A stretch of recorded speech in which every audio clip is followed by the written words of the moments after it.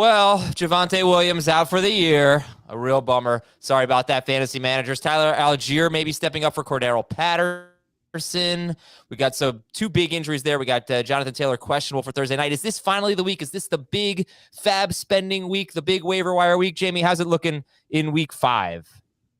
I don't think it's a big week for FAAB because there's a lot of uncertainty with some of the replacement situations. You have the scenario in Atlanta where Tyler Algier might be great for week 5, but it's a tough matchup. Caleb Huntley is looming, and he had a good he played well in his opportunity that he had in week 4. And then we get to week 5, then we get to week 6, and Damian Williams might be back, and he could be the best running back for Atlanta. So it's a little bit of a messy situation there. The Denver situation is very cloudy now because I still would expect Melvin Gordon to be the lead guy there, but with his fumble problems and the addition of Latavius Murray, now we're looking at a potential committee. You mentioned the Jonathan Taylor situation. There's no real answer. A, is he going to be out? B, is it going to be Nyheim Hines staying in his role, or does he get the lead opportunity? Phillip Lindsay, Deion Jackson, those are 2 guys there. So, no, I don't think you should be breaking the bank for one guy, but you could be spending on a couple of guys to maybe take some flyers on to see what happens moving forward. Okay. Yeah, no, it's kind of depressing all the way around because you lose the 2 guys, right? You lose Javonte, you lose Cordero Patterson, and there's no okay, this guy could be very good. If you really want to avoid the mess of the injury replacements, just go get Rachaad White because he may eventually become that guy. Or, you know what? Mark Ingram might still be really relevant this week because if Alvin Kamara's not healthy and Latavius Murray's now gone. That's right. The dream matchup against the Alvin Kamara. The dream. The Lions and the Seahawks, I think, who just bonanza'd in week 4 are dream matchups for running backs. Dave, and the Texans. I did not like my intro. It was weird. It was very to the point. So I'm going to put up a comment here from Aaron in our YouTube chat. He says, Dave, give me life. No, it's depressing out there. It's tough in these fantasy football worlds that we're living in. A lot of injuries that hurt us this week. And I'm still reeling from a loss I took last night in one of our leagues. Oh, all I needed Allen Robinson to do was catch 2 passes for 15 yards. I lost by 0.96. Not nice. Fantasy points. That's the opposite of nice to George Maselli, one of our best editors, and just frustrating that Allen Robinson, who I tried to spite drop before the 49ers were done taking their kneel downs at the end of the game, or before the Rams, whatever. I don't even know. I wasn't paying attention at the end. I didn't care. I was so mad. No, they didn't. The site didn't let me. I'm going to see if I can spite drop him right now. At this point, it's not just a spite drop. He sucks. He shouldn't be on a fantasy team. What was this complaint you had about Alvin Kamara in this situation this weekend? Oh, I'll get into that later. We've been hearing too much about that. That's on Wednesday. Bled over into my stupid mentions and everything. Yeah, I mean, the gist of it was Chris even started this conversation. We offered some leniency to people who didn't know and maybe could make a substitution after the game before the 1 o'clock. All right. Just the thought. Yes, some of us got killed for it. So anyway, we'll talk about that on Wednesday. Did you say some of us got killed for it? It became, I took a lot of heat. Well, you're the one saying that you should allow people to. I don't think it's a blanket statement. I think, it depends on your league. I think there's an opportunity for. No, stop. Not getting into it. This is a waiver wire show. Not getting into it. All right. We'll talk about. I feel better. I just spike cut Allen Robinson. He's gone from my team. There you go. Is that the notification I just got in one of my leagues? That's probably what you just got.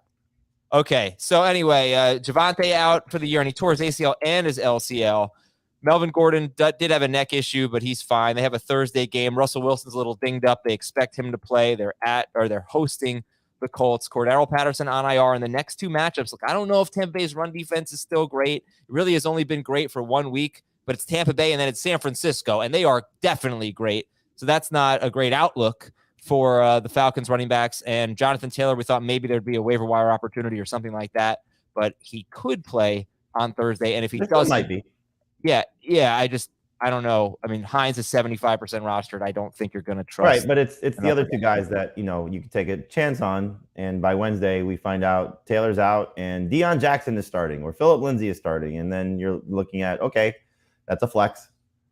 Yeah, maybe. Then we got to keep an eye on Amon-Ra St. Brown. We got to keep an eye on Keenan Allen. We got to keep an eye on Hunter Renfrow because you still have Josh Reynolds, Josh Palmer, Mac Hollins, who could have opportunities. There's still a lot of guys. There's George Pickens. Let's get into it. Top 3 waiver wire priorities. Jamie, who would you say they are? I would put Tyler Algier first, just with the chance that he is the lead guy for the Falcons. This was something that we thought might happen at the beginning of the season after they drafted him in the 3rd round. I'll put George Pickens second, with the chance that he takes off now that Kenny Pickett's the starter and what we saw in that game against the Jets. And then the 3rd option, you could say it's a Broncos running back just because there is a clear opportunity for at least somebody to be the second guy there along with Melvin Gordon. But if you're just looking for a 1-week situation, it might just still be Josh Reynolds because he looked good, in the game against the Seahawks. Obviously, with the Seahawks, tougher matchup this week against the Patriots. But we don't know the extent of Amon-Ra St. Brown's injury. And clearly they're looking for somebody else. DJ Chark is also banged up. Jameson Williams is not ready to go yet. So I'll put him 3rd ahead of those other guys. If you want to put another running back in the mix, it's Rachaad White, just with the hope that he continues to get work. And he is clearly the one guy you can identify now as a lottery ticket based on his role now, plus if something happens to Fournette. All right, so Jamie said Tyler Algier, who gets Tampa Bay this week, but Patterson's out at least 4 weeks. George Pickens, who gets the Bills this week on the road, and Josh Reynolds. They get the Patriots, as Jamie said, tougher matchup also on the road. Dave, what are your thoughts? Who are you prioritizing this week? And by the way, we should specify, who do you want in the Denver backfield, Latavius Murray or Mike Boone? I really don't want either one. So I'm not going to make a priority for either one. My top 3 is the same as Jamie's. Algier 1, Pickens 2, Reynolds 3, because the rookies have a chance to help you in week 5 and maybe even help you rest of season. I loved what happened when Pickett came in the game and George Pickens just started getting targets. He was the top receiver in terms of yards for the Steelers, and I don't think it's going away. But the things that we talked about with why Najee Harris was a sell for what you can get, I can't say a sell high, sell whatever, was because of the schedule. And the schedule is going to be bad for Pickens too. It's going to be bad for Pickett. But I love the connection. They're going to trail a lot. Chase Claypool is awful. I expect him to get benched sooner than later. Pickens will be the number 2 receiver and maybe even make a run at the number 1 receiver spot with Deontay Johnson. So I'm all in on Pickens. Love to go and get him. I also think that there are 4 receivers that are worth prioritizing maybe after these first 3 or 4 names or after the guys that you get. I think they're still going to be on the waiver wire after your waivers run on Wednesday or Thursday morning. It's Isaiah McKenzie, who's concussed right now, but if he gets cleared, he might end up being the number 2 receiver in Buffalo. Zay Jones, who had an ankle injury last week. Jacoby Myers didn't play last week. Richie James, I know. I loved him and told people to stash him. Some people started him. That didn't work out last week, but I still think he's going to have a role. I think those 4 receivers have a chance to be at least really good bench options, if not number 3 receivers for fantasy teams moving forward. But you don't have to prioritize. You don't have to go and get them now. All 4 of those receivers ahead of Allen Robinson. All 4 of those receivers over other guys that we're going to say to cut. Okay. I mean, if you really would take Richie James over Kadarius Toney or Wan'Dale Robinson? Yes. They're getting closer. We don't know what they're going to do. My worry with Kadarius is that he's going to play and then he's going to get hurt again. And it just feels like a headache that I can avoid. And Wan'Dale could be that guy, but he's also just, small, lean guy, has a hard time staying healthy potentially. I like James. I like what I've seen, despite what happened last week. I don't think there's any scenario where Richie James is going to help you win your league. Wan'Dale Robinson and Kadarius Toney might be those guys. They have much more upside than those guys than Richie James if he plays. Richie James is just a small possession receiver. If you get these guys playing at the level that they could potentially play at, based on what their pedigree has been, they're difference makers. Richie James is not a difference maker. So you absolutely should prioritize Robinson and Kadarius Toney over Richie James. How many names have we spoken in the first 10 minutes of this show that is somebody who's going to help you win your league? The words "win your league." One of those two guys might be difference makers. Richie James is not a difference maker. He's a better floor None of play these than guys those we're guys talking about are difference because he will makers, play. except But those maybe other two George guys can be Pickens. This is absolutely difference makers crazy. by comparison to No, what these are Richie guys that will No, it's help not. you win has leagues. been in his career. No, Kadarius Toney not could be that guy. We could. I mean, in some at least he magical has a chance. universe where a Giants wide receiver can stay healthy and get targets from a great quarterback, I agree. But it's not going to be Kadarius Toney with Daniel Jones. There's one New York But it's going to be Richie James who's going to help you win your what? league this year. No, he's a bench. What? I didn't say he was going to help you win your league. No, I know that, said he's a but good I don't know. bench receiver.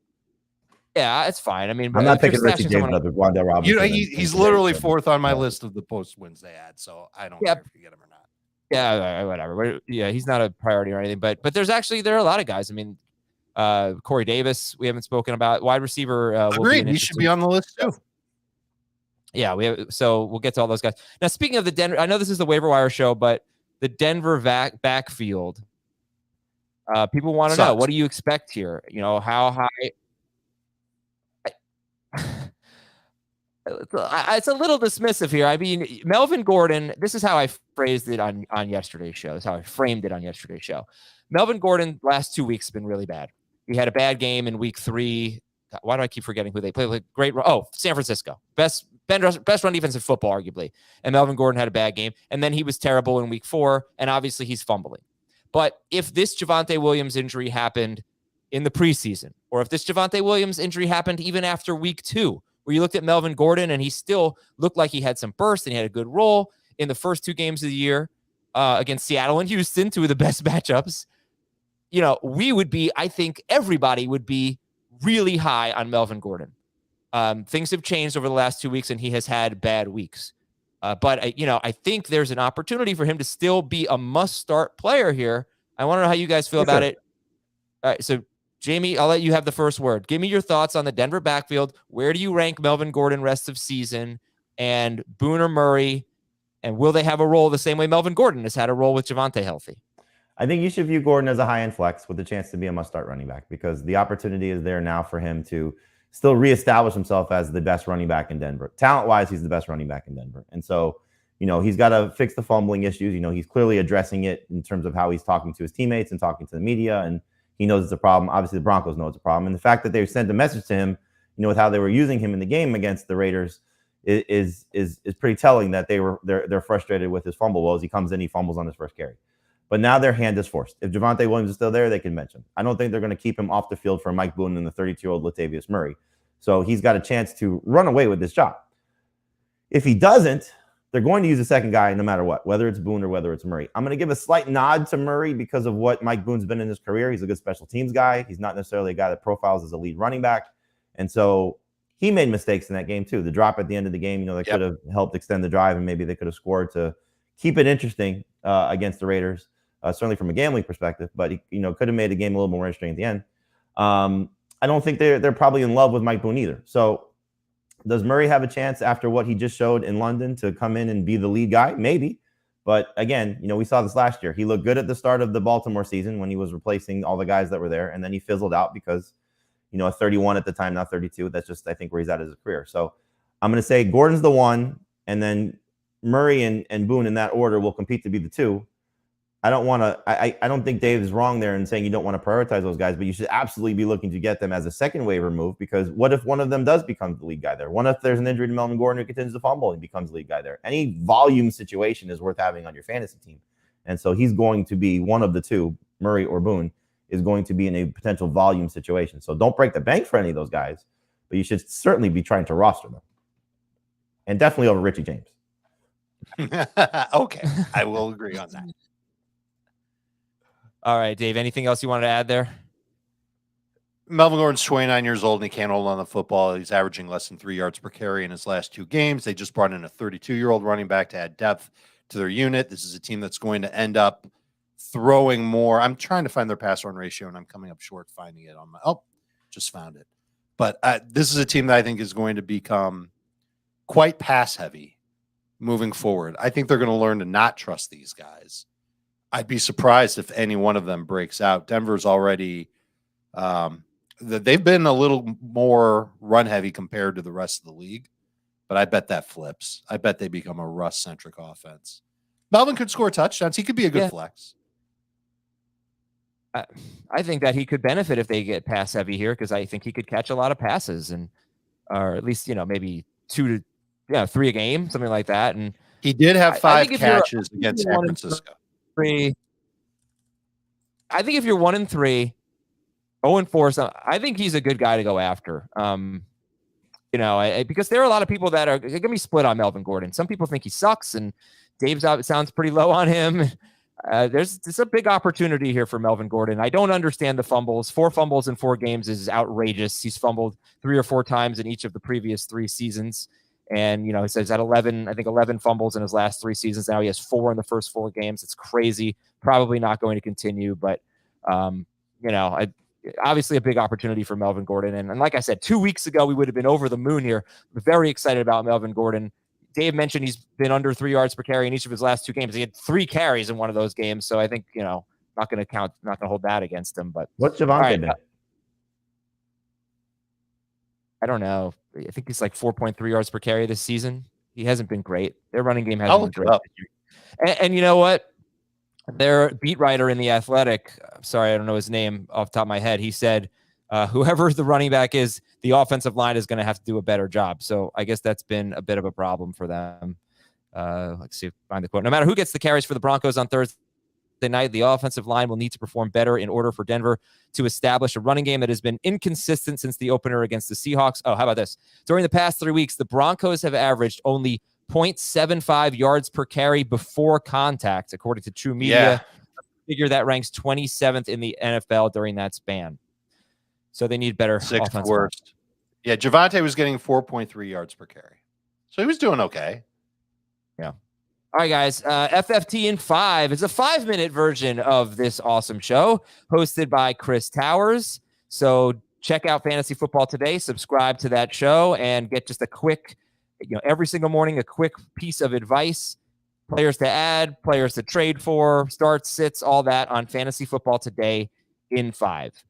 All right. How much FAAB are we talking here, Jamie, for your favorite player? I guess that would be Tyler Algier. What are we looking at from a FAAB perspective this week? Not much. Again, I think for week 5, if it was a better matchup, I would say that Algier would be worth, probably north of 20%, with the chance that he could not just take the lead role in week 5, but maybe the rest of the season, because we just don't know what the extent of Patterson's injury is. We're hearing everything. It's, just a minor procedure, but you never know for a guy that's 31.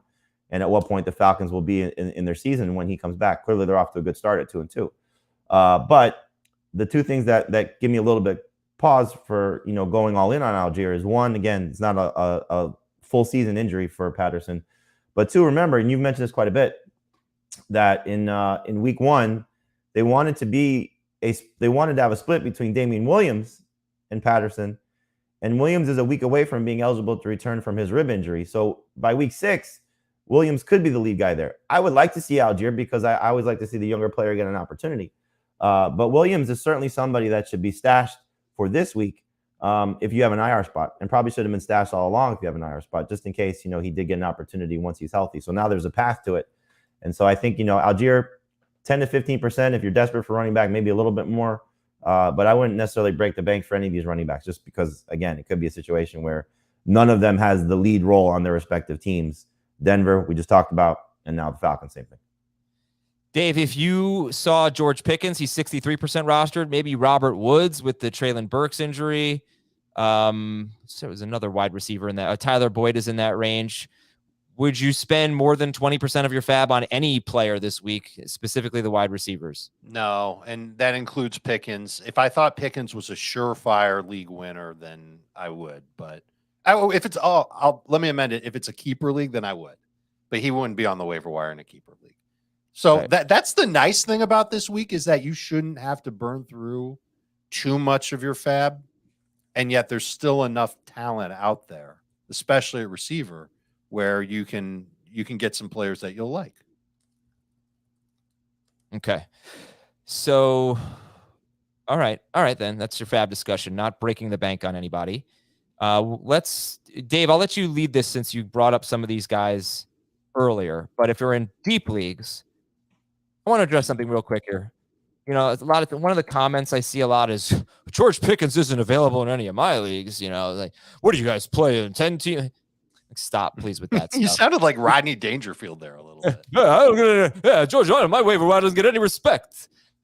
Anyway, stop with that It's stuff. so bad. It's good. We do it based on anyone who's rostered in fewer than 65% of leagues is we give you the shallow league guys too. Like Jared Goff could be available in shallow leagues. But I look at the other websites and these players are rostered in a lot fewer leagues on, ESPN, because I think most ESPN leagues are 10-team leagues. I think there are more 10-team leagues on Yahoo as well. So a lot of fantasy managers are making these decisions. In fact, they're deciding between maybe Dak Prescott in some leagues, so basically what I'm saying is, please don't criticize us for talking about George Pickens because he's not available in your league. He's available in a lot of leagues. CBS leagues is available in 37%, and on other sites it's even more. But in terms of the deep league guys, the Richie Jameses of the world, but the Zay Jones of the world, because he'll be back, if it looks like, this week. And who headlines that list, Dave? Like, who would you look for in deep leagues? I would start with See, here's the thing. Like, I don't know if Isaiah McKenzie is going to be ready to go. He seemed okay jogging off the field last week when he got concussed. If he passes through protocol, if we knew he was going to be ready to go, I'd make him the priority ahead of Zay. Is he a deep league guy though at 47%? He's 47%. He's too rostered. Well, Zay Jones is available in 6% more leagues than Isaiah McKenzie. So, okay, I thought he was. Why don't we begin the conversation with Josh Reynolds, who's available in over 80% of leagues? Or maybe we should go the opposite way if you want to go deep leagues only. I don't know. Yeah. That I think less than 20% of CBS Sports leagues is a good. I didn't realize Zay Jones was as rostered as he was. I'm sorry about that. Right. McKenzie and Jones are well. rostered in almost 50% of leagues. Jacoby Myers is rostered in more than 50%. Okay. So, I mean, we could talk about guys that are available in 60% or more of leagues. If you want to go more shallow, more deeper leagues, you want to look at Alec Pierce. He's starting to play better, and the Colts need options in the passing game. You absolutely should look at Wan'Dale Robinson. He's at less than 10% of leagues for the Giants, and he's the guy that this regime drafted. You should look at Rondale Moore, who played more than Greg Dortch and probably has an opportunity to be better than Greg Dortch because he was expected to be better than Greg Dortch. He's at 28%. If you're looking at running backs, the two guys in Denver, Latavius Murray and Mike Boone, are at 0%. Philip Lindsay, you want to take a flyer on him, or Deion Jackson, depending on who can get that job there. That's both 0% for those two guys. So those could be options. Josh Reynolds is at 19%. Corey Davis, that's the guy that Zach Wilson just seems to love. He's at 24%, so he could be available in a lot of leagues. One guy that we haven't mentioned because we don't know the extent of the injury, Devin Duvernay may end up being the number one receiver for the Ravens if this injury for Rashad Bateman lingers. And he's at 38%. So he's a little bit more rostered than some of these other players. But if he's the lead guy for the Ravens for however long, you've seen the touchdown potential, and now maybe we get a few more targets in his direction. So there's another guy. If there is no Zay Jones back this week, Jamal Agnew just showed you that that's a guy that they'll lean on, and he's available in 100% of leagues. So he's somebody that you should put on your radar as well. And then you want other positions too, or just receiver? No, that's fine. I mean, that's fine.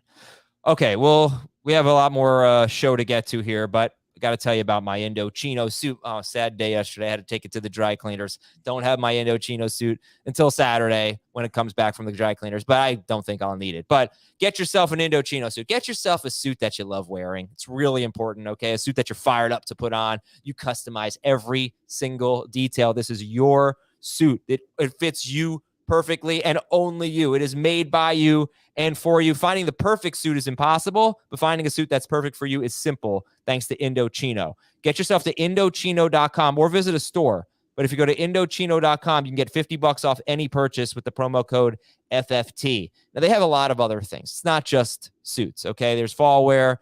There's nice shirts, pants. It's a menswear store, so, just they've got everything you would expect them to get.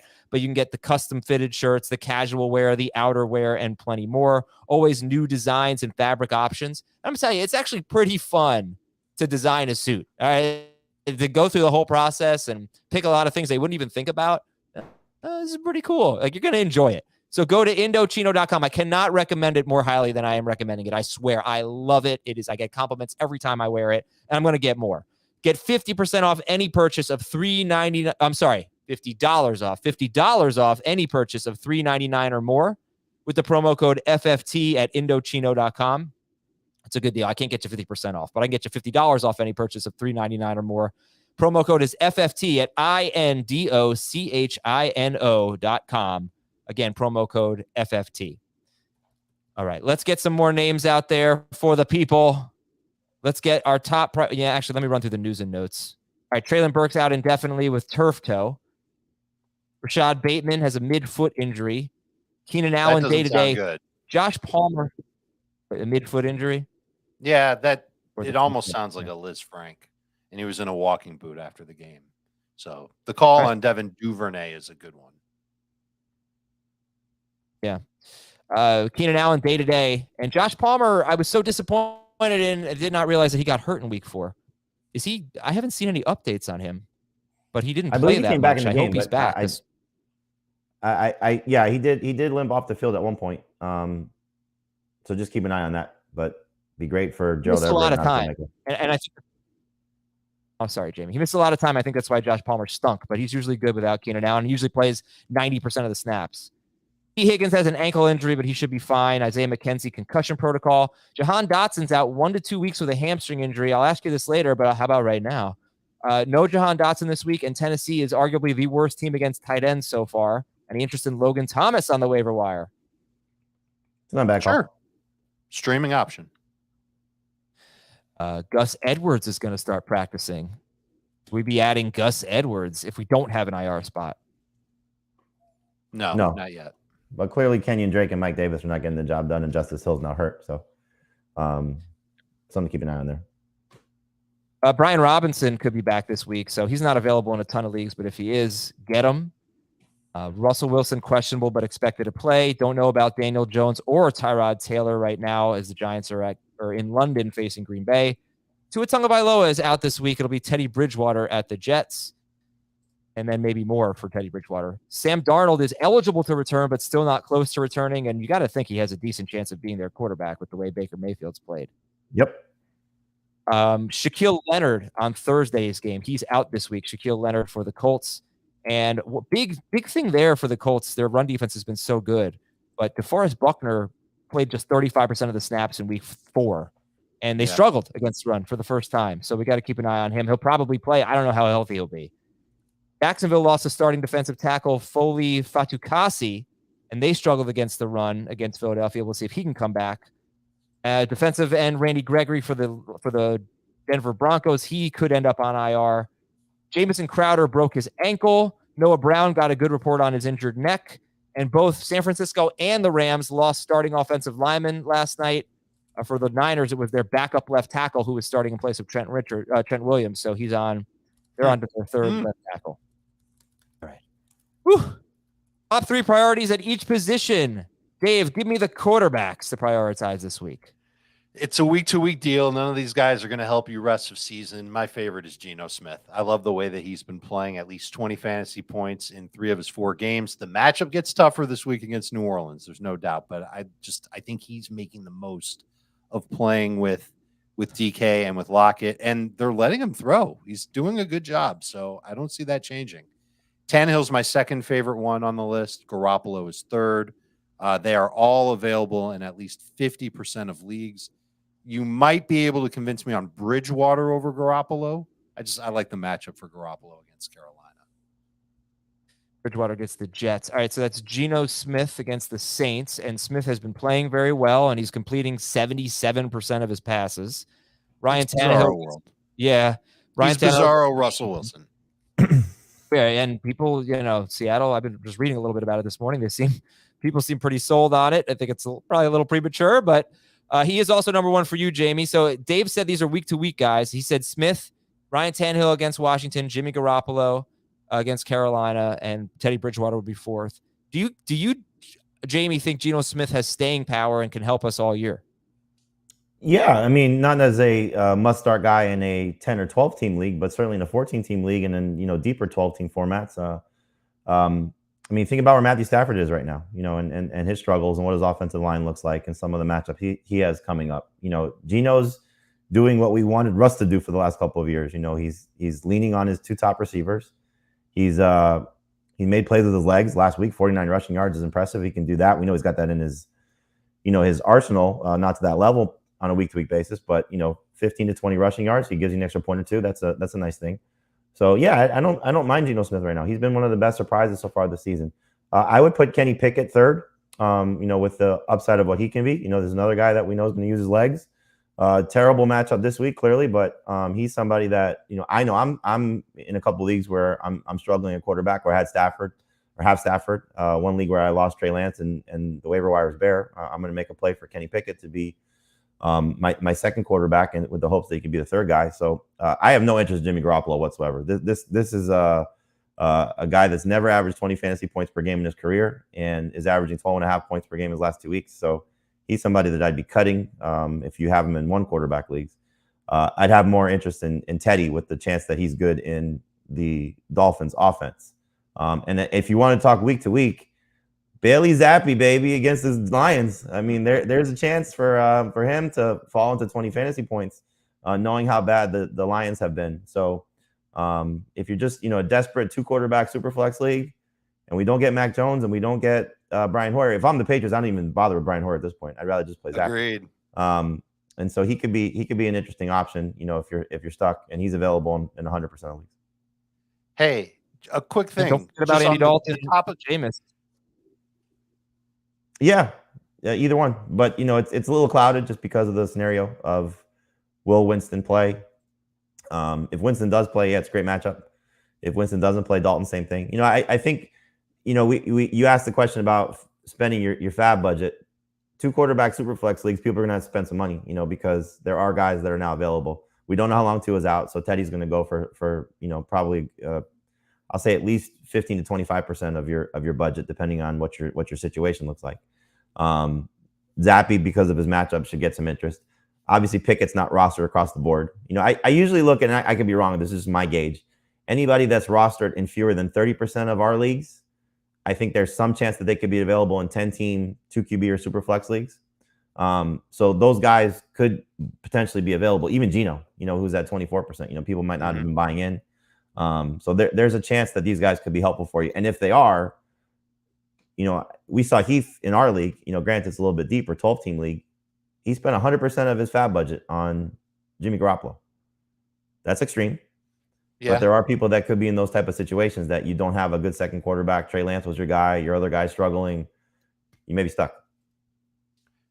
Quick word on Geno Smith. Just as far as the subject of staying power, can he be your guy the rest of the season? I'm looking at his schedule now. And after this match against New Orleans, I'll just give you the next 4 games. Arizona, the Chargers, the Giants, Arizona. I mean, it doesn't get that hard. He's got a game at Tampa Bay. He's got a game against the Rams. Week 17, fantasy championships. He's got the Jets at home. There's some really, really favorable matchups for him for the majority of the year that I think you can kind of maybe buy into a little bit. So if you need a quarterback, Jamie said it, I say it. I think he's the top guy to get. And maybe there is some staying power. Maybe this isn't just a week-to-week deal with him. All right, guys, listen, here's the deal. I am struggling with the connection here, which is why we've been talking over each other, and I think I'm on kind of delayed for Dave and Jamie. So I'm going to hop out real quick and come back in. So you guys can talk about whatever you want, but don't talk about the waiver wire because it won't be part of the audio portion. So Could we talk about the game last night? No, because that's going to be part of the upcoming, that's part of the notes. We'll get to that in a little bit. So just, you can answer some questions in the chat. Maybe Shafi T can put some questions up. I'll be right back to reset our connection and make things a little bit smoother for us here on Fantasy Football Today. I'll be right back. Okay, go ahead. All right, Jamie, do you really think he's got a connection problem, or do you think he's going to... He does. It was glitchy. Okay. All right, fine. So, all right, Geno or Burrow, rest of the season? Oh, it's Burrow. I still think Burrow's going to be better than Geno Smith the rest of the week. I would hope Burrow's better than Geno Smith, but I mean, Geno's been a nice surprise so far. What happens if they can't get that run game going in Cincinnati? Then Burrow's going to become a monster. It's still Zach Taylor, though, so they're going to try and get the run game going no matter what. They're going to try for sure. Yeah. Burrow's your guy, though. Not bad to have Geno on your bench. Next question. Chase Edmonds droppable for any of the waiver wire guys? I would say no. Looking at what he could be if something happens to Mostert, who's got an injury track record. But if you're stuck, I mean, Algier would be my favorite of the group. So if you want to pivot from Edmonds to Algier, I'm not going to fight. If Mostert was on the waiver wire, and he is in a third of CBS leagues, where do you rank him versus Algier, the Broncos guys, Ingram? Well, when we say the Broncos guys, you got to remove Melvin Gordon because he's rostered across the board. Sure. Yeah, I know. I mean Boone and Latavius. I would rather have Mostert right now than the Broncos guys, but saying that could be a mistake because if one of those Broncos guys becomes something, then they're going to be better than what Mostert is in tandem with Edmonds. But I think Edmonds, if you're not starting Chase Edmonds and you're 0-4 or 1-3 and you need to try and get some sort of spark to your lineup, and Algier could be that guy, that's the only one I would make that move for. I don't feel good. All right, guys, you ready to get going? Period. Yeah, Pittman over going. You guys got me? Yep. Hello. You're still right. slurry though.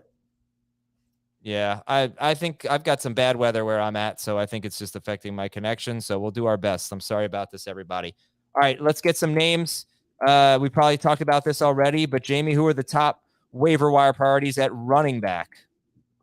Yeah, for me, it's Algier 1. But, when you see the column on CBSSports.com, you're going to see I have the Falcons guys in one blurb together. So the priority list could be a little bit different depending on how we're going to phrase it here. But Algier would be 1. Latavius Murray would be 2. And Rachaad White would be 3. Now, that being said, I have no problem if you want to take White first to avoid the mess and just have somebody that you're stashing if you don't need to start any of these guys. But I think Algier has an opportunity to take the lead role for the Falcons. But Damian Williams should be factored in. Caleb Huntley should be factored in. For the Broncos, Mike Boone should be factored in. So it's a little bit of a mess. But the top 3 guys would be the situation in Atlanta being Tyler Algier as the lead option. The situation in Denver, I'll give the slight lean toward Latavius Murray. And then Rachaad White. And I have Mark Ingram 4th. I don't think fantasy managers should forget about him because if Alvin Kamara is out and it's Mark Ingram and Tony Jones and Dwayne Washington, Mark Ingram will get a great opportunity against Seattle and could be a difference maker for this week. Like I picked up Ingram in a couple leagues Sunday morning because I was paying attention, unlike Adam. And so I'm not dropping Mark Ingram this week unless there's somebody like absolutely fantastic on the waiver wire.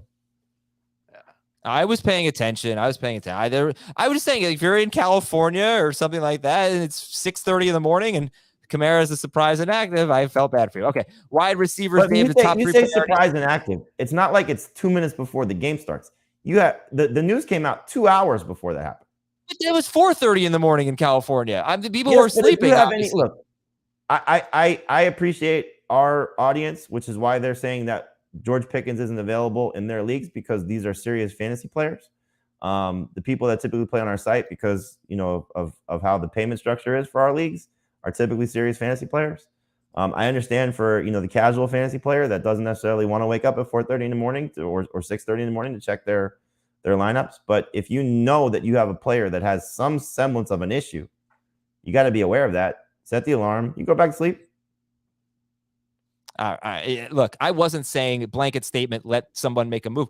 I was just saying that it's understandable. And if your league wanted to operate that way, I think it would be understandable. Okay. Anyway, George Pickens, I'm assuming is number 1 at wide receiver among like what if I know Michael Gallup is technically over the 65% threshold, but if they're both available, because they're rostered in almost the same amount of leagues, Gallup and Tyler Boyd for that matter, and Robert Woods, and George Pickens. Okay. How about those 4 right there for the shallower leagues, Woods, Pickens, Gallup, and Boyd. How would you rank them, Dave? Pickens, Gallup. I think I'd go Boyd next over Woods just because I think I like him better this week, but it's close between the two of them. I know that no Treylon Burks being there is something that's going to make people excited about Robert Woods, but it's still Robert Woods and it's still the Titans. Okay. It is Washington this week though. And after that, it's Derrick Henry. Who are the top? I think Washington gives up the most fantasy points to receivers. I mean, they are obviously just terrible. Who are the top priorities after George Pickens? And I really want to talk more about Pickens. We'll do it later because I got to get to some tight end. We haven't mentioned any tight ends, DSTs, or kickers or anything. but the schedule just really sucks for him. But all right, wide receiver after that, Dave, who else would you be looking at? Josh Reynolds would be at the top of the list, and he's available in 81% of leagues. It seems like he's here to stay, not to this degree, not to what he's done the last 2 weeks where he's given you at least 15 PPR points, but he'll play a good amount in this Lions offense, and they're moving the ball. They're a good offense. That offensive line's doing a great job. So he would be number one for me if you can't get Pickens. Darnell Mooney is on the same threshold as Pickens. You can look to see if he's available. I think what Jamie said made sense about Devin Duvernay. He's available in 62% of leagues. He feels a little touchdown needy to me, but still at minimum, a good bench receiver who you might be able to start this week against Cincinnati. Corey Davis would be after that. Okay. Jamie, we have not talked about tight ends. That is my fault. Who are the tight ends to look at this week? Good call on Logan Thomas. I'll add him to the list. I don't know why Tyler Conklin continues to get overlooked. I didn't have a monster game against the Steelers in the first game with Zach Wilson, but he still had over 50 yards receiving. He's still not going away. And so while he might not finish as a top 5 tight end, he still has the opportunity to finish as a top 12 tight end. So 58% roster is a little bit,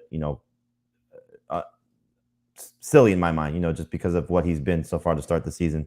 Robert Tonyan, we said it 2 weeks ago. He had 7 targets, 6 catches 2 games ago, scored a touchdown last week.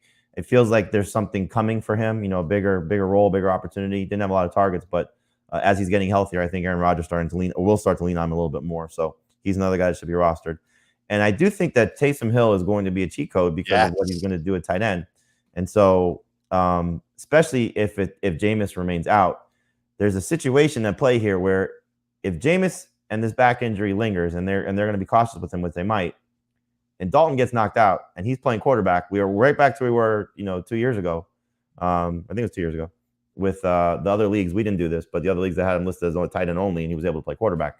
So it could be a cheat code for you there. And then there's a couple, deeper league options. Mo Alley Cox, maybe builds off what he did last week, although it's been, 2 weeks ago it was Jelani Woods. Last week it was Mo Alley Cox. The Colts are just struggling to find weapons in the passing game. And then if the concussion situation lingers for Cameron Brate, Cade Otton, I think, would be the guy that could have some opportunities there for Tampa Bay. Not a 10 or 12 team league type of guy, but a 14 team league guy or large or deeper, and tight end premium leagues as well.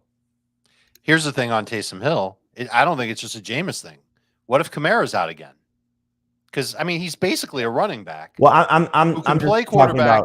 I'm just talking about the ability that he would play quarterback for the majority of the game. You're right. He's going to get opportunities now, but in the event that they're stuck without Jameis and without Dalton, and he's the guy for them like he was last year, look out. Agreed. But even if Dalton's healthy, which I think he will be coming into this game, they're playing Seattle, and they're terrible. Yeah. So there's all kinds of opportunities for Taysom Hill there. Yeah, but let's address this situation. What would happen on CBS if Taysom Hill became a mid-game quarterback? You would obviously get the points at tight end, but if he became the starting quarterback the next week, what would happen? What would we do? I believe what we would do is give him, and commissioners already have the power to give position eligibility to whoever they want in their leagues. But I believe we would give him quarterback eligibility. We would not take away tight end eligibility. We would allow people to play him at tight end. I don't think we're in the business of taking away eligibility for people. We had a lot of discussion about him during the offseason. We even got the Saints involved just to see what should we do. Because I kind of thought he shouldn't even be a tight end. He's not used as a traditional tight end. He's basically a running back who can throw a little bit, and they trust him enough to do it. But when they had Andy Dalton, it made it pretty clear that they didn't want to really make Taysom Hill their plan B at quarterback in case things went wrong with Jameis Winston. So we thought that the best avenue to go would be make him a tight end to start, and then if he does end up playing quarterback, and that's in the situation where Andy Dalton gets hurt, Jameis isn't available, and they make him their quarterback, that's when we'd give him QB eligibility. But I'm not – there's a brain trust here at CBS that would make this decision. It doesn't come down to me or the three of us. But I don't think we've ever taken away a player's position eligibility before in a season, and I don't think we would do it now. Okay.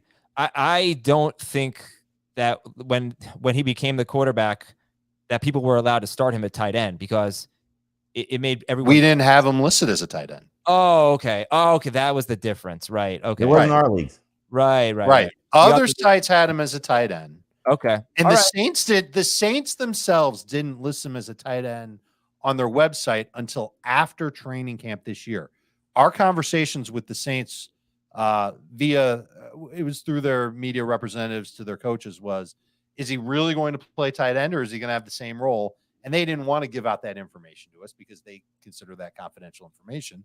They said, no, he's a quarterback for now, but we still didn't really view him because everybody else was looking at him as a tight end. And we thought that we'd get a number of complaints, and we thought we'd be wrong if we didn't list him as a tight end to begin the season. And then when the Saints did list him as a tight end, that justified everything. It was easier to say, okay, he's a tight end. You can use him as a tight end in fantasy. All right, let's move on here. DSTs, Jamie. DSTs and kickers. I like the Vikings this week. I think they have a good opportunity to, hopefully play a little bit better than they have been. But, the Bears clearly are not going to scare a lot of teams. They're not going to throw on a lot of teams. And, I think this is a good matchup for them. The Dolphins against the Jets, we'll see what Xavier Howard's status is. But I still think they'll be aggressive enough and maybe force Zach Wilson to some turnovers. And the Jaguars defense against the Texans. Jaguars obviously struggled against the Eagles, but they're widely available in the Texans. I think they can force Davis Mills into a turnover too.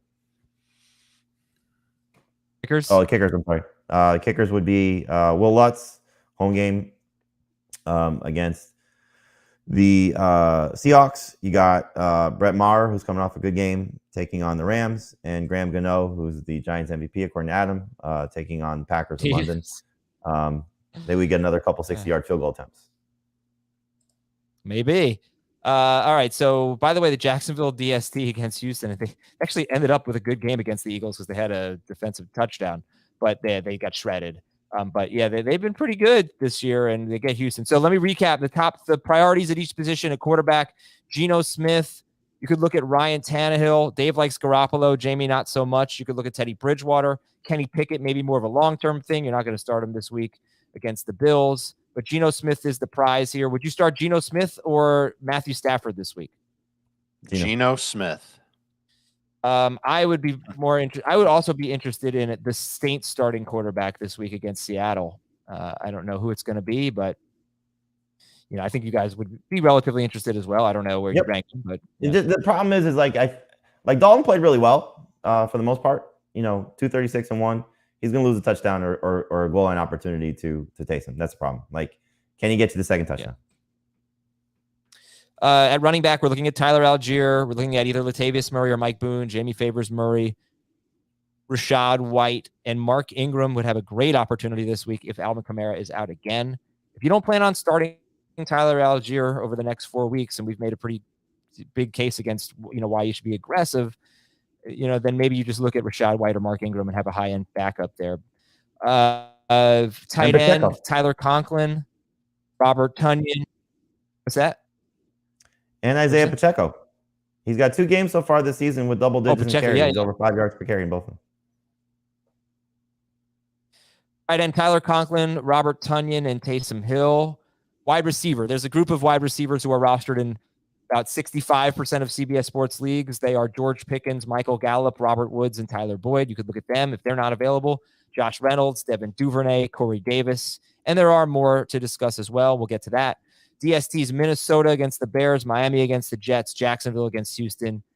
And there were some kickers mentioned too. We'll take a break. When we come back, San Francisco and the Rams recap 24-9. We'll be back to talk about that and give you even more names to know for the waiver wire and also talk about starts and sits. I mean, do you pick up Tyler Conklin and sit Kyle Pitts, or do you sit George Kittle? We'll talk about that when we come back on Fantasy Football Today. Welcome back, everybody. Let's look at last night's game real quick here. Rams moved the ball pretty well. They had the ball for 9 more minutes than San Francisco, but the Rams cannot beat the 49ers unless it's the championship game. So San Francisco 24, Rams 9. How concerned are we about Matthew Stafford going forward, Dave? That is now 3 games with 10.2 or fewer fantasy points. That's not good. So definitely cause for concern. You're going to probably only start him when he's got a favorable matchup. Let me tell you what his favorable matchups are over the next 5 or 6 weeks. He's got Dallas this week. I don't think that's favorable. I think the Cowboys defense is playing great. He's got Carolina at home in week 6. That's a get-right game for him. Then they're on bye. Then they play the 49ers again and the Bucs the week after. These are matchups where that offensive line is going to be a problem for Stafford. And eventually, teams are going to have to figure out a way to really just deter him from throwing to Cooper Kupp. You'd think that it would have happened by now, but good luck with that. The difference is that in this game, he had 19. Last night. Kupp had 19 targets, 14 catches, didn't average 10 yards per catch. So what they were doing was saying, all right, if Kupp's going to beat us, he's not going to beat us deep. And I wonder if that's going to be part of the strategy that defenses use moving forward. Is you can throw to Kupp all day long if you want to. Same thing with Higbee. You're just not going to get a lot of yards after that. And they just sit on those guys. It worked on the pick six? Yeah, really did. Yeah, it's a shame. I mean, the offensive line, it teams with great pass rushes, you're going to have to really, really reconsider with Stafford, and that's what he's facing again this week. Cam Akers or Darrell Henderson rest of season, Jamie? Cam Akers. I think as long as he's healthy, he'll be the guy there. But again, it's a similar situation. If they're facing tough defense, it's going to be hard to trust either one of those guys. So this will be an interesting week. The Cowboys' pass rush is certainly much more impressive than the run defense, although the run defense has been good. So I don't know if it's go back to Cam Akers as a starter, but I'd rather have him on my team than Darrell Henderson. I think I agree. Henderson, we know that he breaks down. Akers does too. But it did feel like Akers regressed, because last week I thought he looked great, and this week he looked like 2021 playoff Cam Akers, and that's not a good look. And it was Henderson who was playing a lot. Best run defense football. I know, but it was Henderson. The fourth Right. quarter, Henderson played 22 of 24 snaps. So maybe that just means that they're going true hot hand, and whoever they think is even a little bit better is who's going to play in the fourth quarter. Do you drop Cam Akers or Darrell Henderson for Tyler Algier or Latavius Murray or Mike Boone? Maybe Henderson. It depends on how desperate right. you are for a running back in week 5. Do you drop Allen Robinson for yes? I always forget his stinking name. The guy I dropped. His name is Ryan Suckup. You can drop him for Ryan Suckup. You can drop him for Cairo Santos. Tyler Higbee is awesome. You start him. He's only started in 37% of leagues. He's clearly their number 2 guy. On the other side of the ball, I don't know. Is there much to say here about the 49ers, Jamie? You had Debo Samuel. I tweeted it. I reverse jinxed him. He had fewer than 15 PPR fantasy points in all 3 games going into last night. That was as many times as he did that last year. So basically 3 times all of last year where he scored fewer than 15 points. He had already done that this year in 3 games. And then he had a couple of huge plays, but Debo was great. What about Ayuk? You see a reason to hold Ayuk? He's 90% rostered. I didn't like Ayuk going into this week, but I would still hold him. He did have 8 targets each of the previous 2 games. And so, in a game, I think where they're chasing points, I don't think it'll be the case this week against Carolina. But where they're forced to throw a little bit more, I think we'll see a little bit more attention for Brandon Ayuk. But no, he is not a must-hold guy. I think you'll regret probably dropping him in a week or 2 when he does pop off for a big game. But this is still a run-first team. This is still a scenario where Kittle's been struggling. Debo hasn't exactly been making a ton of plays prior to last night as a pass catcher. And Ayuk is not necessarily, I think, going to be consistent right now. They're still trying to figure out their offensive line as well. The replacing Trent Williams. They had some interior offensive line concerns last night also. So, they'll I think, get sort of settled to who's getting the ball when and where. So Ayuk still should be, in my opinion, rostered. But if you have Pickens is available, you want to pivot to any of these other guys because you think they have more upside, go ahead. But I would prefer to hold Brandon Ayuk. Time to take a look at some more players on the waiver wire here, starting with quarterback. And let's talk about Jared Goff if he is available. He's 80% rostered, and he just scored 41 fantasy points. That's 2 monster games against 2 of the worst defenses in football, Seattle and Washington. A respectable game against the Eagles, 19.5 fantasy points and 15.9 fantasy points at Minnesota. So great start to the season for Goff. Does he have staying power, Dave? Do you think Goff is a must roster player? No, I don't think he's a must roster, but I think he's a potentially good starter this week. It's the Patriots. I am a little worried about Belichick having a game plan for Goff, and if he doesn't have St. Brown, I think it'll be a little bit harder. So I don't love him, but I think he's okay if you're looking for him and he's out there. I wouldn't use him in DFS. I think the whole world will be on him in DFS. Yeah, I think the problem is if you think New England is a tough matchup, I don't know if they are, but they're not good matchup. And then he's got a bye, and then he has Dallas. So it's not a great upcoming schedule for Goff. I think the setups you want to play Jared Goff. First off, I would roster Jared Goff the rest of the season. I think the scenarios you want to play Jared Goff, home game, explosive offense on the other side. These two situations don't bear that out. The Patriots, while they'll score on the Lions, they're not going to put up 50 points in the way that you'll see Jared Goff having to play like he played this past game. The Patriots will be a methodical, run the ball down their throat type of game. But I think this is not going to be a game where the Patriots, because of how they play, Goff is down 3 touchdowns in the second half, unless he has another pick 6 or so. But you see where that goes in terms of his scoring. I don't think we have to talk too much about the quarterbacks. We laid it out for you. It's Geno Smith as the top guy to get this week, even though he's against the Saints. I mean, this week, I can make an easy case for Dalton or Winston against Seattle, or Tannehill against Washington, or even all those guys. Bridgewater against the Jets. Are you starting them over Geno Smith, or is Smith the highest ranked in that group this week? I would start Tannehill over Geno. I would start if there's some clarity with the Saints quarterback situation, I might consider it. I think Geno maxes out probably about 20 points. That's what he did in his first tough matchup against the Broncos. So give him credit for that. So I don't know if there's a huge ceiling for Geno Smith this week, especially Saints back home after a loss. You got to figure that building will be rowdy. But I really, for me, with the approach with the quarterback position, the two guys that I have listed at the top are Geno and Pickett. I think long term they have some staying power. So if you're looking week to week, Tannehill would be the best one. Alrighty. Running backs. Oh, by the way, what do you think about Carson Wentz this week?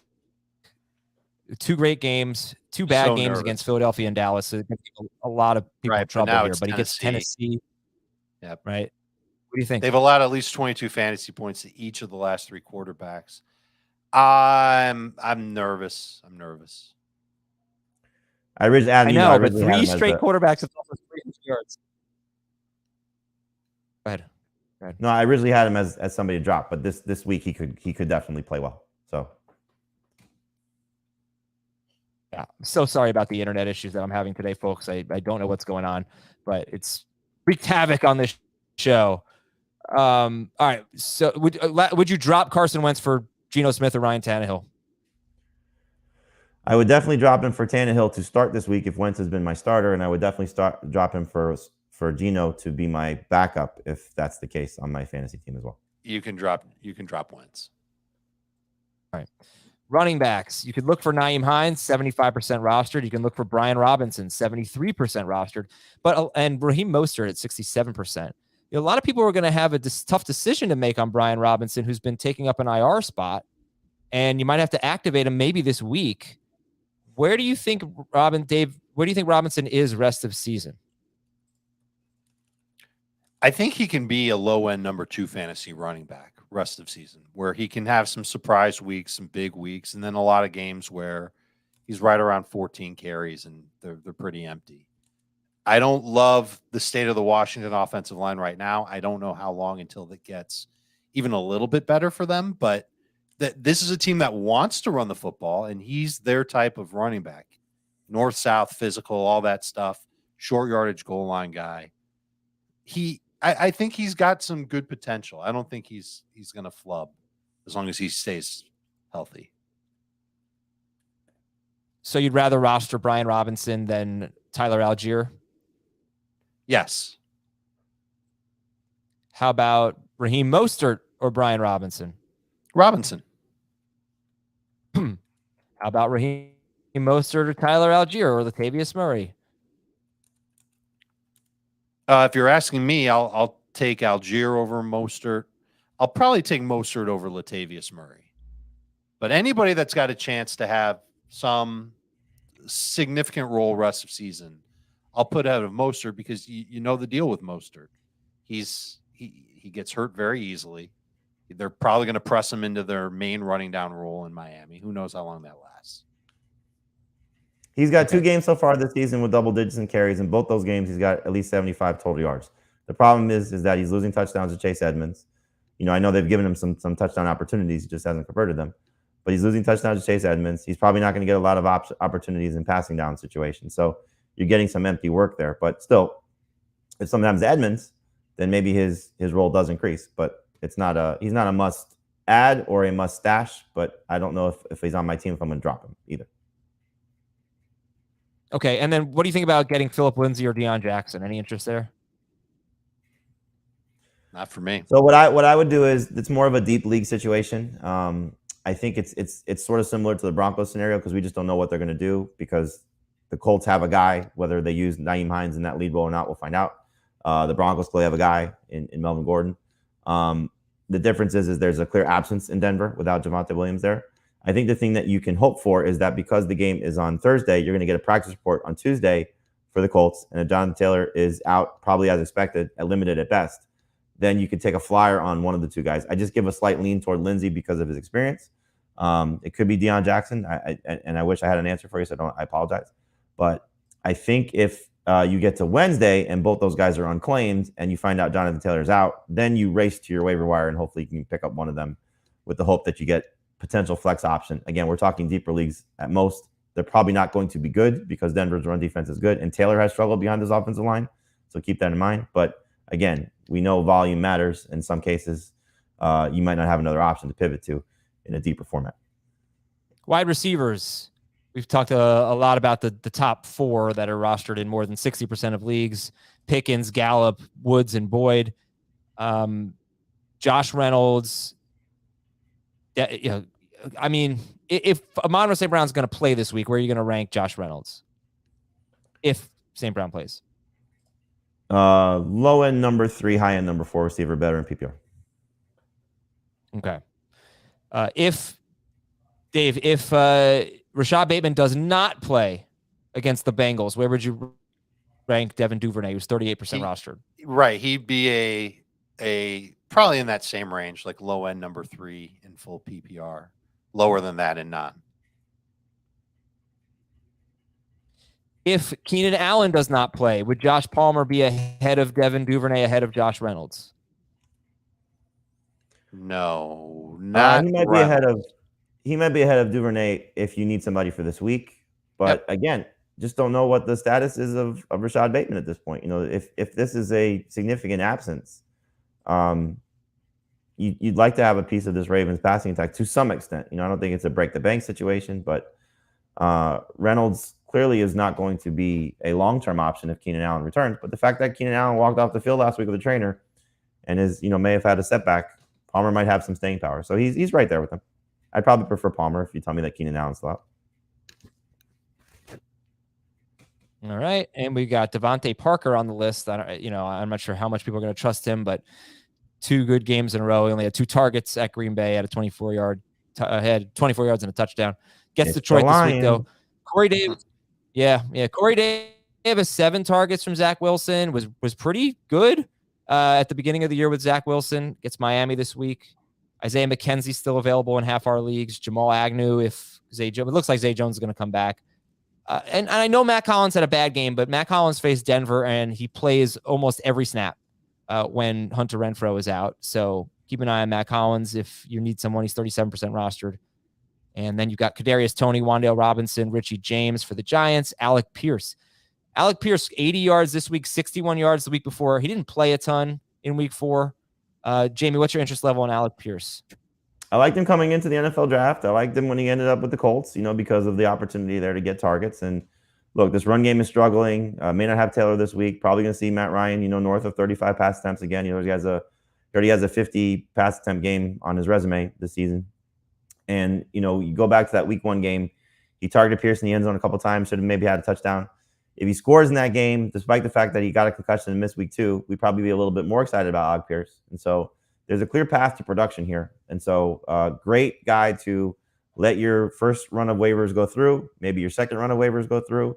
You don't have to necessarily spend a lot of FAAB on him, and could end up being a significant contributor for you at some point this year. Last question about wide receivers, Dave. Darnell Mooney, where does he rank amongst this group? Is he ahead of guys like Josh Reynolds and Duvernay and Josh Palmer? Darnell Mooney. Yeah, he's behind Reynolds for me. He's ahead of Duvernay and Palmer, but it's on the hunch that the Bears start to open up their offense just as much as they did last week against the Giants. Okay, let's go to tight ends. Tyler Conklin is number 1 for Jamie. Gets the Dolphins this week. They've kind of struggled against tight ends, mostly Mark Andrews, but just gave up a touchdown to Hayden Hurst. Robert Tonyan against the Giants, who have yet to allow a touchdown, but they have not faced any good tight ends yet. Taysom Hill, we talked about, and he gets Seattle. Mo Alley Cox, Cade Otton, Will Dissly. Will Dissly, we have not talked about. In 3 of 4 games, he has 34 to 43 yards and a touchdown. He played a ton of snaps in week 4. In the other game, he had zero yards. But Jamie, like Will Dissly, you have him last on this list. So you have Dissly behind Conklin and Tonyan and Otton and Mo Alley Cox. Want to just discuss? I think there's more upside for those guys because Dissly's still playing in a 3 tight end rotation. But, look, with the way Geno's playing right now, it's 2 guys getting a ton of targets, and then the third guy is kind of, just finding the end zone. That's what Dissly's been. So he's not bad. If you want to put him ahead of those guys, that's fine. I just think, if the absence for Braid is extended, Otton was somebody that they liked. Remember, before they brought in Rudolph, he was expected to be the potential Gronk replacement. And now there's maybe an opportunity here for him to get some additional targets. And the Colts are just struggling for playmakers right now. And Mo Alley Cox, pops up from time to time, and maybe they build off what they had last week as Ryan continues to develop a rapport with them.